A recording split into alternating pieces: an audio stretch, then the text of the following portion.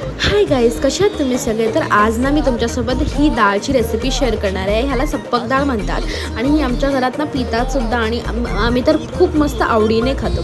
तर यासाठी मी जे नॉर्मल डाळ घेत आहे त्यांना मस्तपैकी वॉश करून आणि थोडंसं पाणी ठेवून आपण ती डाळ मस्त शिजवून घ्यायची आहे. ही जी डाळ आहे ना अशी शिजली पाहिजे, त्याच्यामध्ये आपली एक डाळसुद्धा दिसली नाही पाहिजे, एवढी मस्त शिजली पाहिजे. ठीक आहे, तर ह्याला मस्तपैकी फोडणी देऊन घेऊया. तर मी पॅन घेतला आहे, पॅनमध्ये मी तेल घालत आहे. तेलामध्ये जिरा, राई, लसूण आणि हिंग हे सगळं घालून मस्तपैकी आपण तिला फोडणी देऊया डाळीला. तर इथे मी डाळ ठेवत आहे. डाळामध्ये जे फोडणी दिलेलं मिश्रण आहे ते घालत आहे. त्याच्यानंतर त्याच्यामध्ये एक चमचा म्हणजे अर्धा चमचा हळदी आणि एक चमचा मीठ हे घालायचं आहे आणि मस्तपैकी एक उबाळ असतो त्याला शिजवायची आहे. मग एक उबाळ आल्याच्यानंतर ना गॅस बंद करून आपण कोथिंबीर घालायची आहे. आपली डाळ मस्तपैकी रेडी होते.